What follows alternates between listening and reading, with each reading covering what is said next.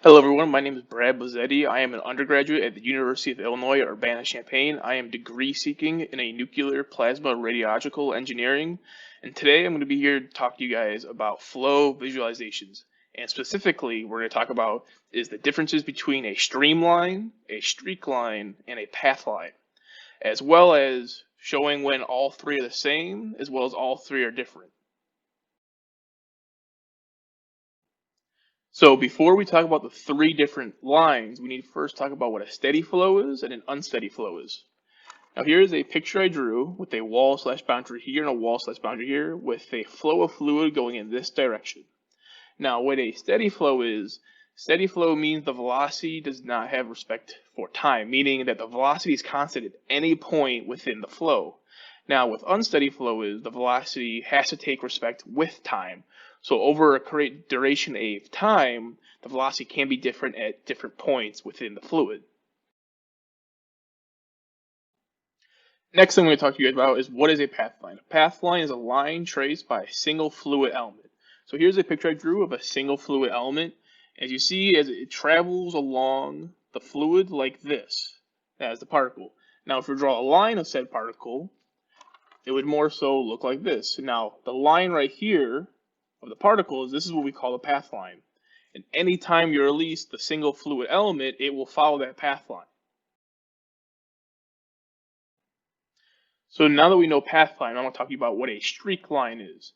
A streak line is a continuous line created by a continual release of the single fluid element. So imagine the picture that I showed you earlier like this, but instead over the duration of time, a bunch of these are released in the exact same point. Now, if you were to draw that continuous fluid line, it would look like this, similar to the path line. The last line I'm going to talk about is a streamline. Now, what a streamline is the lines that are tangent to the velocity vectors throughout the flow field. Now, here's the picture I have drawn. Here is the flow field, and here is the velocity vectors that are tangent to it. As you see here, as the velocity vectors are going, you can draw a line through them, creating what is called a streamline. Now that we know the three different types of lines, I'm going to talk about when all three lines are the same. Now in these cases, we're going to assume steady flow. Now for a path line, as you see, here's the line right here.